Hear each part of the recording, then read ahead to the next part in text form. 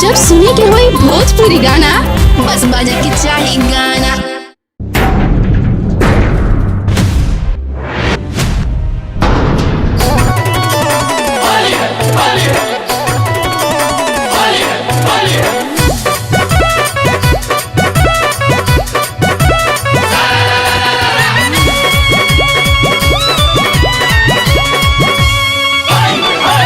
मुहावा से पानी चुआता, बूढ़ावा जवान सभे मुआता।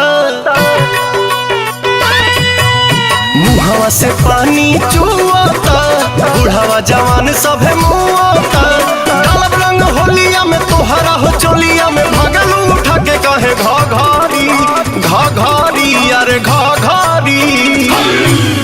जो बनवा हकी गलहरी घसाई रंग सा गलहरी हिलैले बाड़ू नगारी।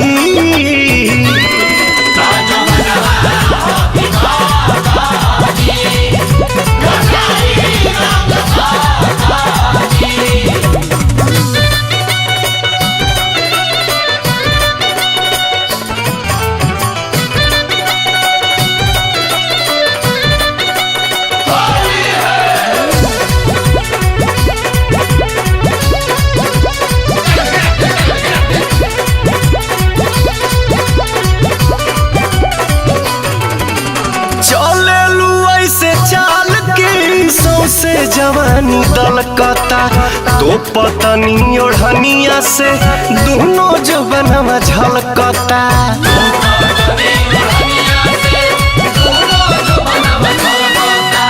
चले लू ऐसे चाल के सौसे जवानी दलकता तो पतनी ओढ़निया से दोनों जवनवा झलकता।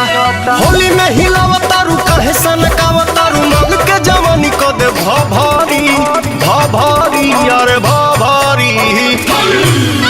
जो बनवा हकी गलहरी घसाई रंग सा गलहरी हिलैले बाड़ू नगारी।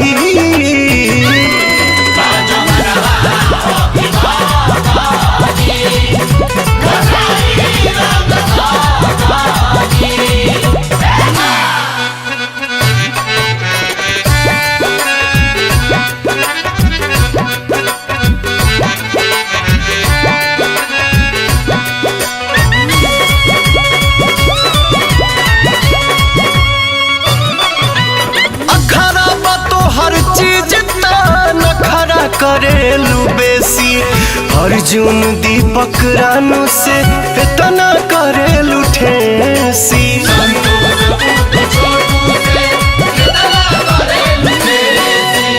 अखरा तो हर चीज नखरा करेलू बेसी छोटू अमित पुतुल से इतना करेलू ठेसी।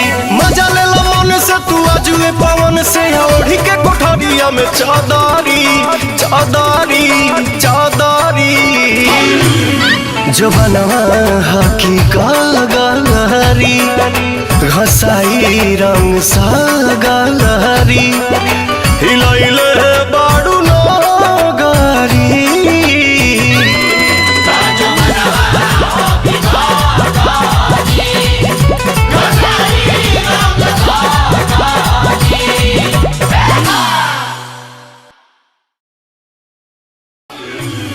जो बनवा हकी गलहरी घसाई रंग सा गलहरी हिलैले